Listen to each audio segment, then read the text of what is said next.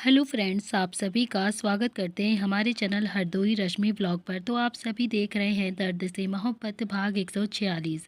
इससे पहले इस कहानी के 145 भाग अपलोड हो चुके हैं चैनल पर। अगर आप सबने नहीं पढ़ा है तो ज़रूर पढ़ लीजिएगा। अब तक आप सबने पढ़ा था अजीत अंकल ने शोभित को बहुत ज़्यादा मारा भी है, लेकिन आखिरकार शोभित की जिद के आगे अजीत अंकल को हार माननी ही पड़ी आंटी। और इस वक्त शहर के बाहर जो पहला वाला फार्म हाउस पड़ता है ना, मिस्टर ओबरॉय का फार्म हाउस, वहीं पर है अंकल इस वक्त। और वहां पर कोई लड़की देखने के लिए आए हैं जिसके साथ वो जल्द से जल्द शादी करने वाले हैं। आंटी, आप मेरी बात सुन तो रही हो ना? आप कुछ बोल क्यों नहीं रही हो? आंटी प्लीज कुछ तो बोलिए, आप मेरी बात सुन रही हो ना? इतना आप सभी लोग पिछले भाग में देख चुके थे। तो चलिए फ्रेंड, देखते हैं अब आगे इस कहानी में क्या होता है। तो वहीं गीतांजलि के तो जैसे एकदम से रोंगटे खड़े हो गए थे और उसकी आंखों से पानी एकदम से झरने की तरह बहने लगा था। उसने भी अपना फोन कान पर लगा रखा था। उसके दिल की धड़कनें तो एकदम से रुक चुकी थी। उसे तो यकीन ही नहीं आ रहा था कि उसने अभी भी क्या सुना है। चाहे कुछ भी था, उसने कितनी बार भी अजीत को मुंह बंद करने के लिए कहा था, लेकिन वो ये नहीं चाहती थी कि अजीत उससे हमेशा के लिए दूर हो जाए। अगर अजीत शादी कर लेता तो सच में गीतांजलि से वो हमेशा के लिए दूर हो जाता। गीतांजलि के हाथ से भी फोन एकदम से छूट गया था और निहाल भी फोन को कट करके बोलता है कि हो गया काम। तो वहीं दूसरी तरफ शोभित और अजीत दोनों ही एक जगह पर चुपचाप से खड़े हुए थे। शोभित ने भी एक कपल को तरफ दिखाते हुए अजीत से कहा कि पापा, उन अंकल आंटी को देख रहे हो आप? अजीत बोलता है कि हाँ हाँ देख रहा हूँ। शोभित बोलता है कि ये जो औरत है ना, ये उस लड़की की माँ है, माँ। अजीत बोलता है कि अच्छा, और ये उसके पापा है? तो शोभित बोलता है कि अरे नहीं नहीं, ये तो इनका बॉयफ्रेंड है, बॉयफ्रेंड। ये सुनकर तो अजीत की आंखें हैरानी से फैल गई थी और मुंह खुला का खुला रह गया। वो आंखें फाड़कर हैरानी से अपनी मुंडी घुमाकर शोभित की तरफ देखता है। तो शोभित बोलता है कि अरे पापा, मतलब लड़की की जो माँ है ना, उसका डाइवोर्स पहले से ही हो गया है, तो वो अब उसके साथ रिलेशन में नहीं है, इसीलिए इनका ये नया बॉयफ्रेंड है। अजीत ने हैरानी से शोभित की तरफ देखा और बोला, अच्छा, और उसके पापा? तो शोभित बोलते हैं कि अभी दिखाता हूँ उसके पापा को। इतना कहकर उसने और एक दूसरे कपल को दिखाया और बोलता है उसके पापा हैं। अजीत भी अब उस आदमी की तरफ हैरानी से देख रहा था। उसके साथ भी करीब 18 साल की कोई नई जवान लड़की थी जो इस वक्त बहुत ही ज्यादा क्लोज होकर उसके साथ डांस कर रही थी। अजीत बोलता है कि ये तो इसकी बेटी है ना, मतलब ये इसकी दूसरी बेटी है क्या? शोभित बोलता है कि अरे नहीं नहीं पापा, ये उनकी नई गर्लफ्रेंड है यार।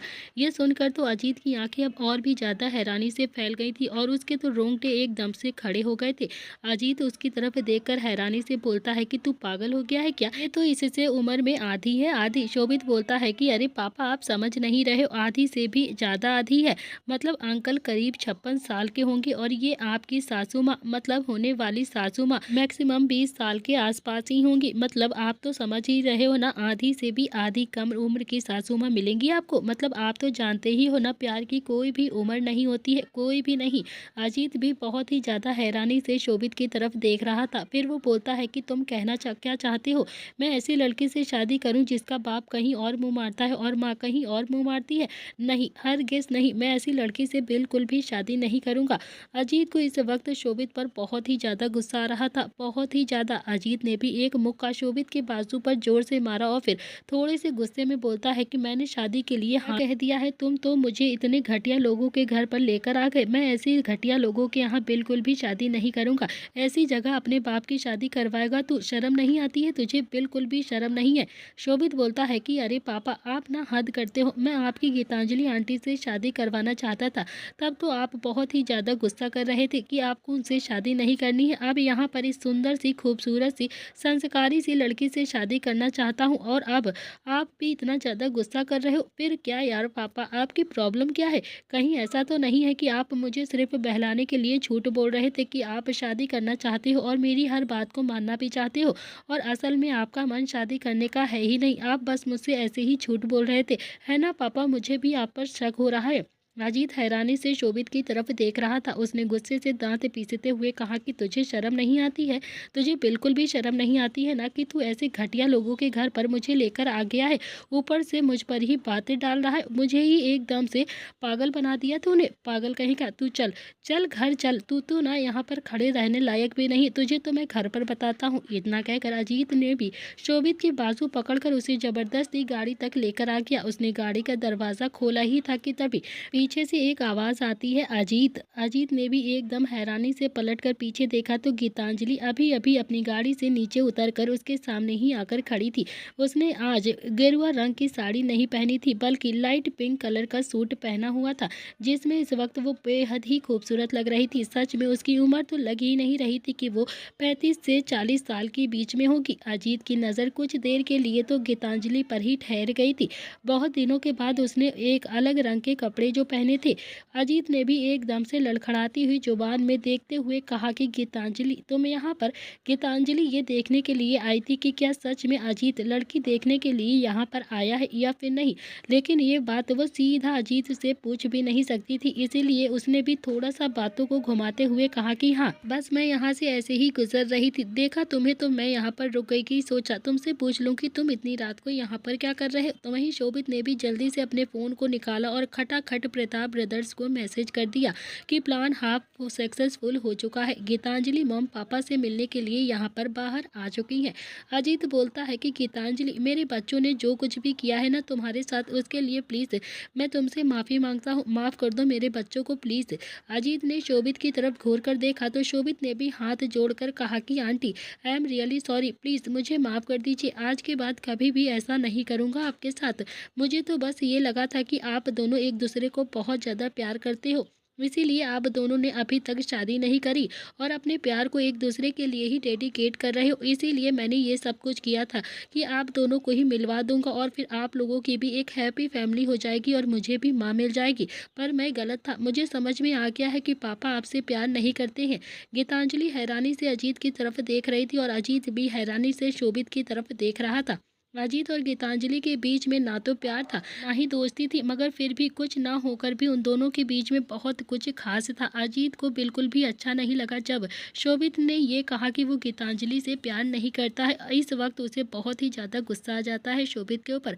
अजीत बोलता है कि बस तुम तो चुप ही रहो, तुम तो कुछ भी मत बोलो। शोभित फिर से बोलता है कि अरे पापा, मैंने आंटी के साथ इतना कुछ गलत कर दिया है, मुझे माफ़ी तो मांगनी ही चाहिए ना आंटी से, मैं तो माफ़ी मांग कर ही रहूँगा।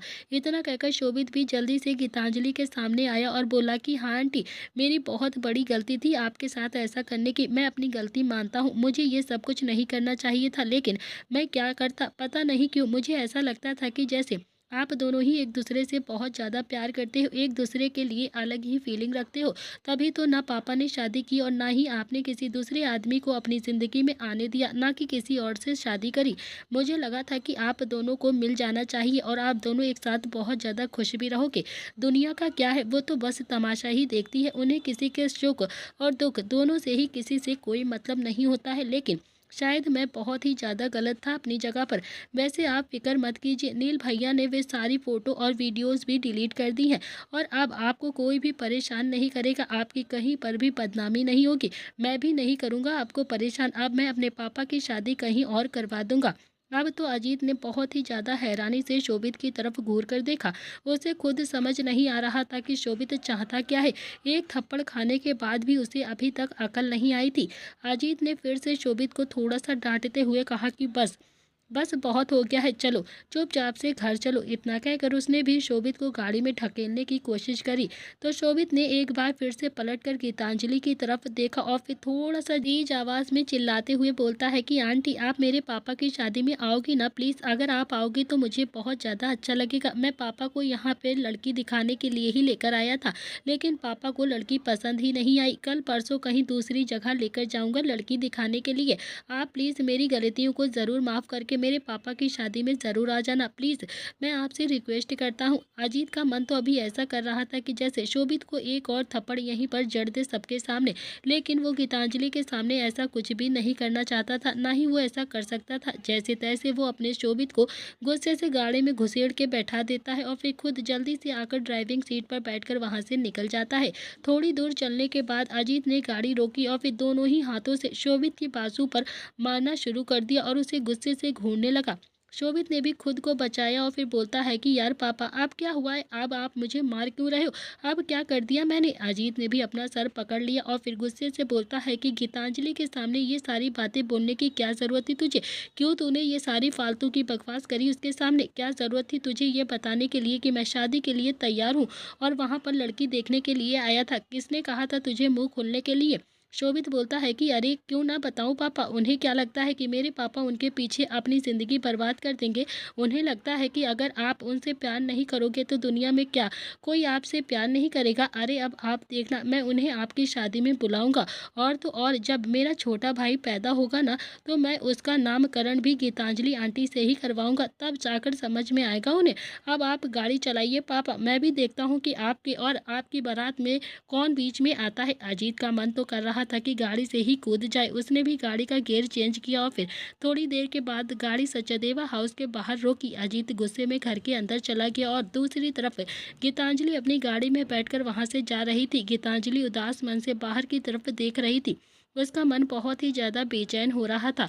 वो भगवान में बहुत ज़्यादा विश्वास रखती थी, मगर फिर भी आज वो अजीत से शादी के सपने देख रही थी। तभी ड्राइवर ने गाड़ी रोकी और गीतांजलि का ध्यान टूटा और वो बोलती है कि क्या हुआ। ड्राइवर ने पीछे पलटकर कहा कि मैडम, वो प्रताप ब्रदर्स लिफ्ट मांग रहे हैं। गीतांजलि ने खिड़की के बाहर देखा तो चारों ही भाई गाड़ी के पास खड़े हुए थे और नील जो कि लिफ्ट मांग रहा था। गीतांजलि ने कहा कि हाँ ठीक है, दे दो उन्हें लिफ्ट। ड्राइवर बोलता है कि लेकिन मैडम, पीछे सिर्फ 3 लोग ही बैठ सकते हैं और ये लोग 4 हैं। अगले 5 मिनट में गीतांजलि आगे ड्राइवर के पास वाली सीट पर बैठी थी और बाकी के चारों भाई पीछे जैसे तैसे एडजस्ट होकर बैठे हुए थे। नील बोलता है कि शुभ, आगे होकर बैठ यार, मुझे तो जगह ही नहीं दे रहा है तू बैठने के लिए। तभी शुभ ने थोड़ा सा खिसकते हुए कहा कि अरे भाई, मैं बहुत ज़्यादा थोड़ी सी जगह पर बैठा हुआ हूँ, इसमें भी और आगे कहाँ पर चला जाऊँ मैं। रुद्र ने निहाल की तरफ देखा और कहा कि निहाल, ये कैसे बैठा है तू यार। निहाल बोलता है कि जब 3 की जगह में 4 लोग बैठेंगे ना, तो फिर ऐसे ही बैठा जाता है भैया। इतनी ही प्रॉब्लम आ रही है तो फिर जाओ, आप खुद ही उतर जाओ ना गाड़ी से। रुद्र ने हल्का सा निहाल की कमर पर मारा तो निहाल बोलता है कि यार क्या है भाई, मैं गिर जाऊंगा। तभी शुभ बोलता है कि नील भाई, आप मुझे अपनी गोद में बैठा लो ना प्लीज, बचपन में भी तो बैठाते थे। नील बोलता है कि अच्छा ठीक है, तू खड़ा हो जा। शुभ भी थोड़ा सा खड़ा हो गया और फिर नील, जो कि निहाल और रुद्र तीनों ही ठीक से अब बैठ चुके थे और सच में शुभ नील की गोद में ही आकर बैठ गया था। नील की गोद में बैठते ही शुभ को तो एकदम से हंसी आ गई थी और उसे भी। गीतांजलि भी मिरर में चारों की तरफ देख रही थी, उसके चेहरे पर भी मुस्कुराहट आ गई थी। वो कहीं ना कहीं उन चारों के बीच का प्यार महसूस कर रही थी। फिर वो खुद से ही धीरे से बोलती है कि अगर मेरी लाइफ में भी सब कुछ ठीक होता तो आज मेरे बच्चे भी शोभित के साथ ऐसे ही हंसी मजाक करते और साथ में ऐसे ही भाइयों की तरह मिल बांट के रहते। तभी शुभ बोलता है कि कुछ भी कहो भाई, आपकी गोद में बैठने का मजा कुछ और ही है, सच में बहुत ही मजा आता है। नील बोलता है कि पहले तू छोटा था तो गोद में बैठ लेता था, लेकिन अब तो तू ऐसा लग रहा है कि जैसे घर जाने तक मेरी टांगे ही टूट जाएंगी यार। ये सुनकर तो चारों ही भाई हंसने लगे और गीतांजलि को भी हंसी आ गई। और तभी रुद्र बोलता है कि आंटी एक बात पूछे। गीतांजलि का दिल तो जोरों से धड़कने लगा था। रुद्र ने भी मिरर में गीतांजलि के चेहरे को देख लिया था, जैसे वो जानता हो कि रुद्र उससे अभी क्या पूछेगा। तो रुद्र ने कहा कि आप फिक्र मत कीजिए, मैं ऐसा कुछ भी नहीं पूछूंगा आपसे जिसका जवाब आपके पास ना हो। मेरा सवाल बहुत ज़्यादा छोटा है और सिंपल है, आप मुझे ये बताइए कि खुश रहने के लिए क्या करना चाहिए। गीतांजलि ने भी एक मीठी सी मुस्कुराहट के साथ कहा कि छोटी छोटी चीज़ों में खुशियाँ ढूंढनी चाहिए बेटा, बाहरी दिखावे से ज़्यादा मन के भीतर की शांति ज़रूरी होती है खुश रहने के लिए। अगर तुम स्वयं प्रसन्न हो ना, तभी दूसरों को भी खुश कर सकते हो और खुद भी खुश रह सकते हो।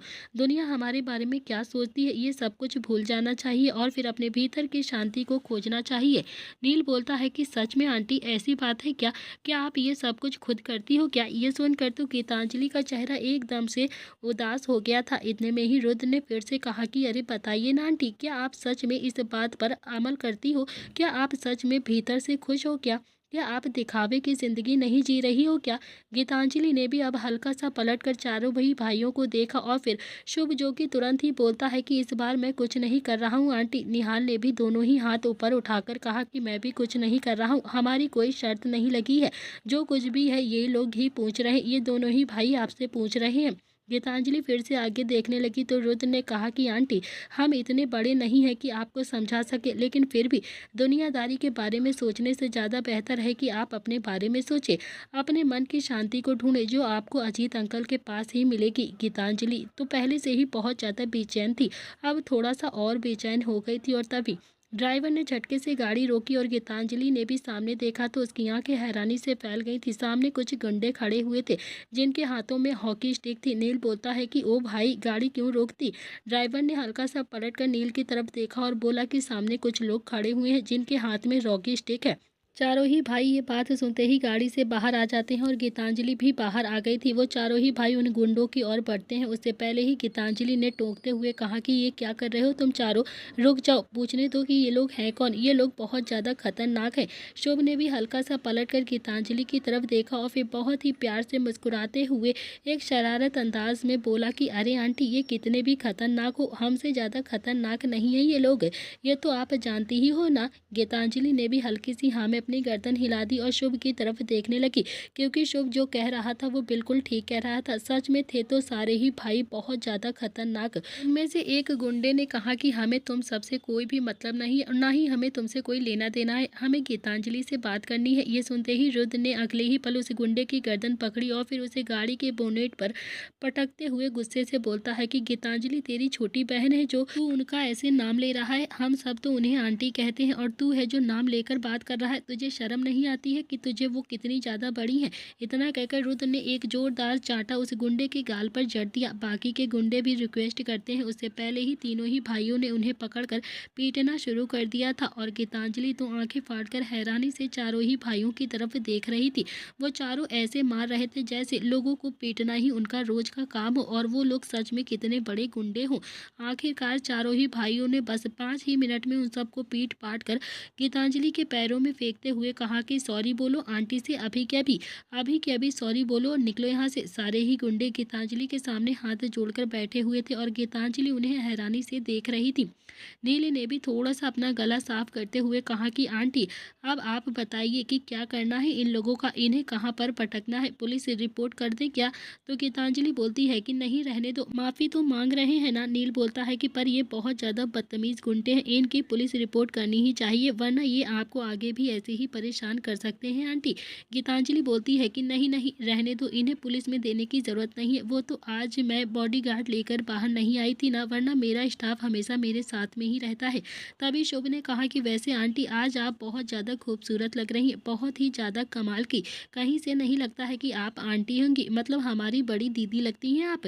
निहाल बोलता है कि हाँ हाँ आंटी, सच में शुभ बिल्कुल ठीक कह रहा है, अगर आप हमें पहले मिली होती ना तो हमने नील भाई से आपकी शादी करवा देते, सच में आप हमारे घर में हमारे साथ में ही रहती। ये सुनकर तो नील ने भी अपनी गर्दन 90 डिग्री में हैरानी से घुमाकर निहाल की तरफ घूरकर देखा और फिर अगले ही पल उसकी गर्दन पकड़कर हिलाते हुए बोला कि थोड़ी बहुत शर्म है भी या फिर नहीं तेरे अंदर, कुछ भी बोलता रहता है, मतलब कुछ भी। गीतांजलि के चेहरे पर भी मुस्कुराहट आ गई थी, वो हंसकर बोलती है कि नील बस करो ना, वो सच में मजाक ही कर रहा था। नील ने भी एक नज़र गीतांजलि की तरफ धीरे से देखा और फिर अपने हाथ जोड़कर बोलता है कि आंटी प्लीज़ माफ़ कर दीजिए इसे, ये ना बिल्कुल पागल है, पागल। गीतांजलि ने हाँ में अपनी गर्दन हिला दी और रुद्र ने भी वहाँ पर बैठे सारे गुंडों को धमकाया और गुस्से से कहा कि निकल जाओ यहाँ से और आज के बाद कभी भी गीतांजलि आंटी की तरफ आंख उठाकर भी नहीं देखना, तो समझे ना, हमसे बुरा कोई नहीं होगा। वो सारे ही लोग वहाँ से हवा की तरफ भाग गए थे। गीतांजलि बोलती है कि अच्छा ठीक है, चलो मैं तुम्हें घर पर छोड़ देती हूँ। रुद्र ने कहा कि अरे नहीं नहीं आंटी, बस अब और ज़्यादा दूर नहीं रह गया है हमारा घर, हम पैदल ही चले जाएंगे। क्यों भाई, वैसे भी आपका रास्ता अलग है और हमारा रास्ता बिल्कुल अलग है। गीतांजलि बोलती है कि अरे कोई बात नहीं, मैं तुम्हारे घर तक छोड़ने के बाद गाड़ी वापस घुमा लूंगी, चलो तुम सबको घर पर छोड़ देती हूँ। रुद्र बोलता है कि अरे नहीं नहीं आंटी, रहने दीजिए ना, आप आपके साथ रहते हैं तो आपके साथ ही रहने का मन करता है हमारा, आपसे बहुत सारी बातें करने का मन करता है, आपके साथ वक्त बिताने का मन करता है, पर ये सब कुछ नहीं हो सकता है ना, आप जाइए। गीतांजलि ने भी चारों की तरफ देखा तो चारों ने ही हाँ में अपनी गर्दन हिला दी। शुभ बोलता है कि हाँ आंटी, मुझे तो सबसे ज़्यादा आपसे बात करने का मन करता है, बहुत सारी बातें करने का, अब चलो ना, कोई और बात नहीं करनी है आपसे, सोचा था कि आपकी शादी अजीत अंकल से हो जाएगी तो फिर आप घर के सामने ही शिफ्ट हो जाओगी, फिर तो रोज़ आपसे बहुत सारी बातें करूँगा, आपसे ढेर सारा ज्ञान भी अर्जन करूँगा, लेकिन नहीं, चलो कोई बात नहीं, अब चलते हैं आंटी, और अब आप भी सीधा घर पर ही जाना। चारों ही अब वहाँ से धीरे धीरे जाने लगे थे। गीतांजलि भी उन्हें जाता हुआ देख रही थी और कहीं ना कहीं अब उसका भी मन कर रहा था कि बस बहुत हो गया है दुनियादारी, बहुत हो गया है स्वादी का जीवन जीना, अब उसे भी अपने बारे में ही सोचना चाहिए, क्योंकि सच में खुश रहने के लिए अपने आप ही सोचना पड़ता है। गीतांजलि उदास मन से गाड़ी में बैठ गई और ड्राइवर से बोलती है कि आश्रम लेकर चलो। ड्राइवर ने भी गाड़ी स्टार्ट कर दी और करीब आधे घंटे के बाद ड्राइवर ने गाड़ी फिर से रोक दी। गीतांजलि ने भी ड्राइवर की तरफ देखा और पूछा कि क्या हुआ है ड्राइवर। ड्राइवर ने भी अपना थूक निकलते हुए कहा कि मैडम मैडम वो फिर से कुछ गुंडे हमारी गाड़ी के सामने आकर खड़े हो गए हैं। गीतांजलि ने भी गाड़ी से एकदम से बाहर निकल कर देखा तो 4 हट्टे-कट्टे लड़के खड़े हुए थे उनकी गाड़ी के सामने, जिनके चेहरे पर इस वक्त मास्क लगा हुआ था।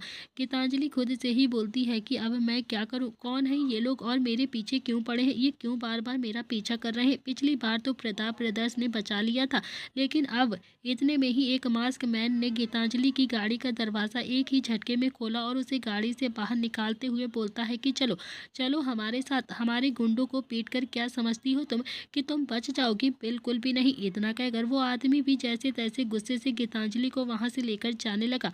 गीतांजलि भी उसके हाथ पर मारते हुए जोर से चिल्लाती है कि छोड़ो, छोड़ो मुझे, पुलिस, पुलिस, छोड़ो मुझे। लेकिन वो मास्क मैन भी उसकी बातों को बिल्कुल नहीं सुन रहा था।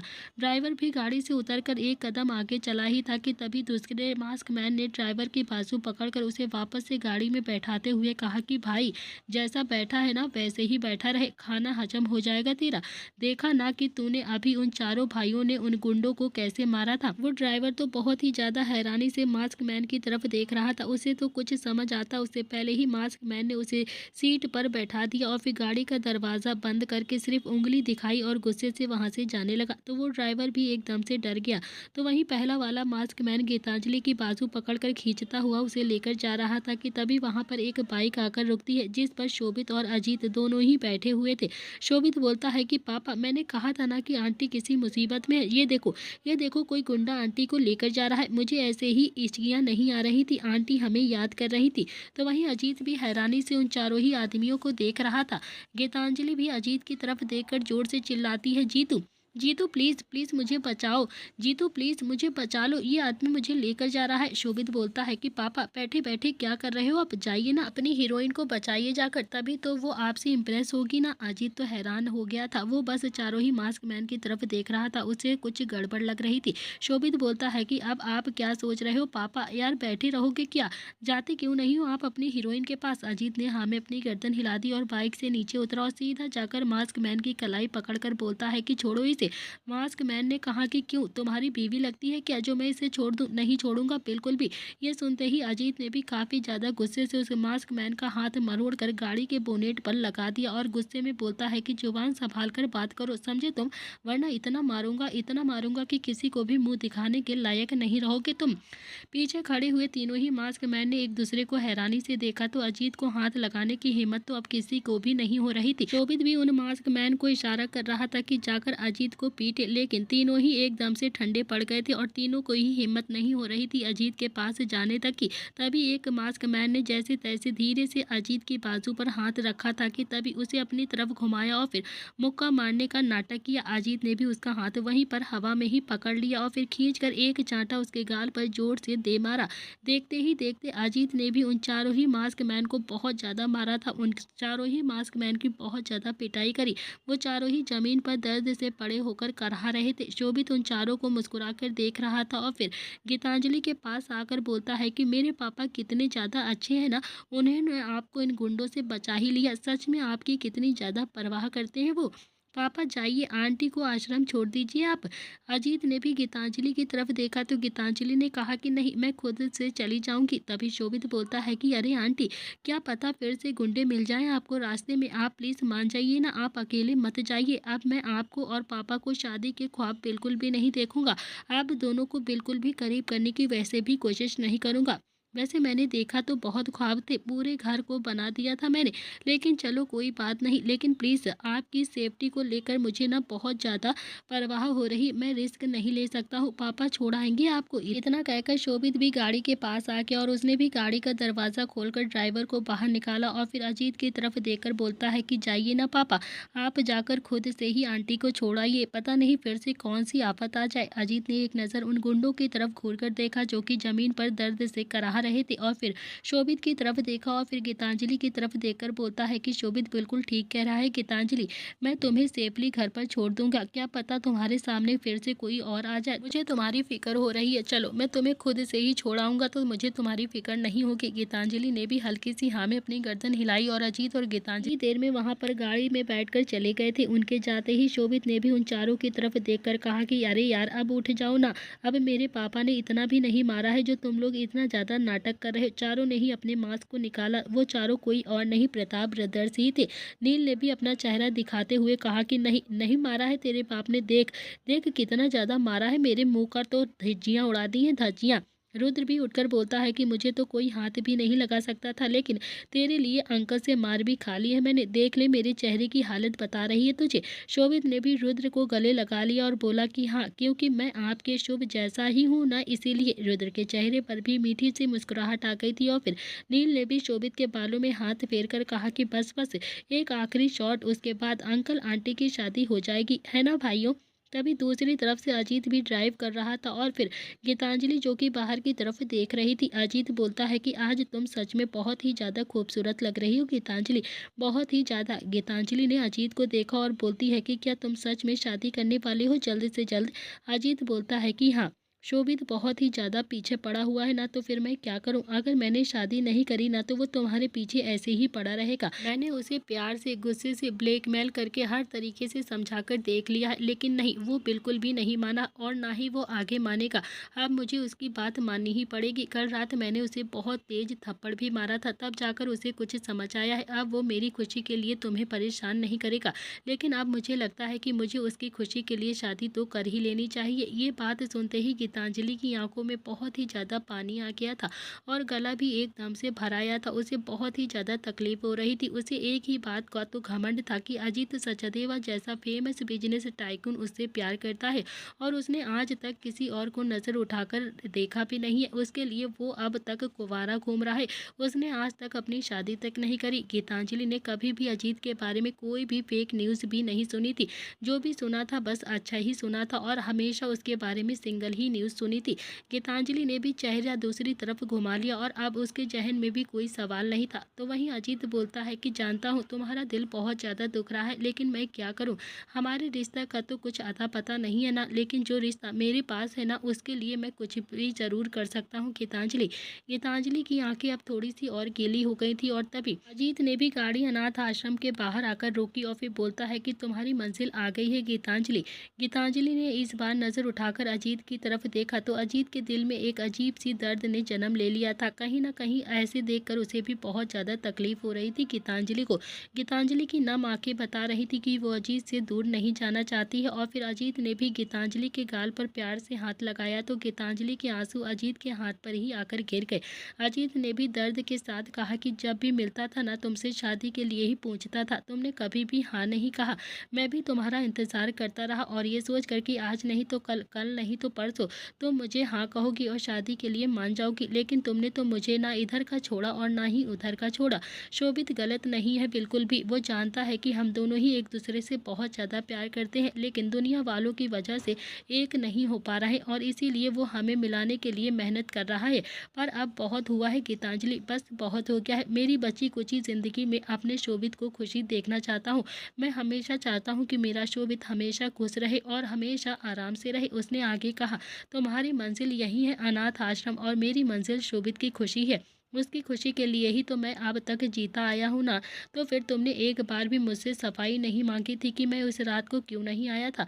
फिर भी तुम्हें आज बता देता हूँ कि मैं उस रात को क्यों नहीं आया था, क्योंकि उस रात को मेरा एक्सीडेंट हो गया था और 1 महीने तक मैं हॉस्पिटल में था। मेरे लेफ्ट वाले पैर में फ्रैक्चर आ गया था और 1 महीने के बाद जब मैं ठीक हुआ तो तब तुमसे मिलने के लिए तुम्हें ढूंढा था मैंने, लेकिन तब तक तुम मुझसे बहुत ज़्यादा दूर जा चुकी थी। अजीत ने गहरी सांस ली और बोला कि पर अब मुझे किसी भी बात का गम नहीं है गीतांजलि। एक आखिरी बार तुमसे कहना चाहता हूँ कि मैं तुमसे बहुत ज़्यादा प्यार करता हूँ, बहुत ही ज़्यादा प्यार। मानता हूँ कि तुम्हारे साथ मैंने ज़्यादा इंसाफ नहीं किया है, मगर फिर भी खुद को भी उतना ही ज़्यादा सज़ा दी है मैंने जितना कि तुम्हें इस रिश्ते में बिना बात के मिली है। मैं भी उतने ही ज़्यादा दर्द में था जितने कि तुम दर्द में थी। एक आखिरी बात और मैं कह देता हूँ, फिर भी कल एक लड़की को देखने के लिए जा रहा हूँ। शादी का मन तो मेरा बिल्कुल भी नहीं है, लेकिन शोभित के लिए मैं हाँ ज़रूर कर दूँगा और और अगर कल तक तुम्हारा मन बदल जाए ना तो बस एक बार मुझे कॉल कर देना या फिर मैसेज कर देना या फिर सचादेवा हाउस में ही आ जाना एक आखिरी बार, बस कल तक, उसके बाद और कुछ भी नहीं। अगर तुम मेरे पास नहीं आई ना तो फिर मैं सच में खुद को किसी और के लिए ही डेडिकेट कर दूंगा। इतना कहकर अजीत ने भी अपने आंसुओं को साफ किया क्योंकि नम तो आंखें उसकी भी हो गई थी। गीतांजलि भी धीरे से गाड़ी से नीचे उतर गई और तभी वहां पर एक गाड़ी और आ जाती है और अजीत को लेकर वहां से चली गई थी। गीतांजलि भी अजीत की गाड़ी को जाता हुआ देख रही थी और उसका रोना तो अब थोड़ा सा और ज्यादा तेज हो गया था। गीतांजलि भी धीरे धीरे अनाथ आश्रम के अंदर आ गई थी और उसने भी अपने आश्रम की तरफ देखा जो कि 20 साल उसने उस आश्रम को दिए थे। उसने भी उस आश्रम को बहुत ही कुछ देखा था, लेकिन उस आश्रम ने गीतांजलि को क्या दिया था? कुछ भी नहीं दिया था। गीतांजलि की अच्छाइयों ने उस आश्रम को बहुत ही ज़्यादा खुशहाल बनाया था। गरीब औरतें जिनका कोई भी सहारा नहीं था वो सारी औरतें वहीं पर रहती थी। गीतांजलि भी कथाओं से इतना ज़्यादा पैसा कमाती थी कि 4-5 अनाथ आश्रम और भी चला रहे थे उसने। लेकिन न जाने क्यों आज गीतांजलि थोड़ा सा सेल्फिश होकर खुद के लिए सोच रही थी। उसको सुनकर के ऐसे ही लग रहा था कि अजीत ने उसे एक दिन का वक्त दिया है, क्यों ना अजीत के दिए हुए वक्त में वो अपने बारे में ही सोच ले। कहीं ना कहीं गीतांजलि भी तो अजीत का ही इंतजार कर रही थी और अब तो उसे सच भी पता चल गया था कि अजीत उस रात को क्यों नहीं आया था। इसीलिए नहीं आया था क्योंकि उसका एक्सीडेंट हो गया था और वो चलने के लायक ही नहीं था। गीतांजलि यही सारी बातों को सोचते हुए सीधा अपने कमरे तक आकर अपने बेड पर आकर बैठ गई थी। उसने भी अपनी आंखों को बंद कर लिया था। उसे सच में अजीत के साथ बिताया हुआ हर एक वक्त याद आ गया था जिसके लिए वो बहुत ही ज़्यादा खुश थी, जो उसके लिए सच में बेहद ही ज़्यादा कीमती था। और तभी गीतांजलि का फ़ोन एकदम से रिंग करने लगता है। उसने भी अपने आंसुओं को पोंछा और फिर फ़ोन को रिसीव किया तो सामने से शोभित बोलता है कि आंटी, पापा का एक्सीडेंट हो गया है। और ये सुनकर तो गीतांजलि की आंखें एकदम से हैरानी से फैल गई थी। तो दोस्तों इसी के साथ इस कहानी का आज का एपिसोड यहाँ पर समाप्त होता है। बहुत ही जल्द मिलन होगा गीतांजलि और अजीत का, और क्या करने वाले हैं प्रताप ब्रदर्स आगे, देखते रहिए दर्द से मोहब्बत। Thank you.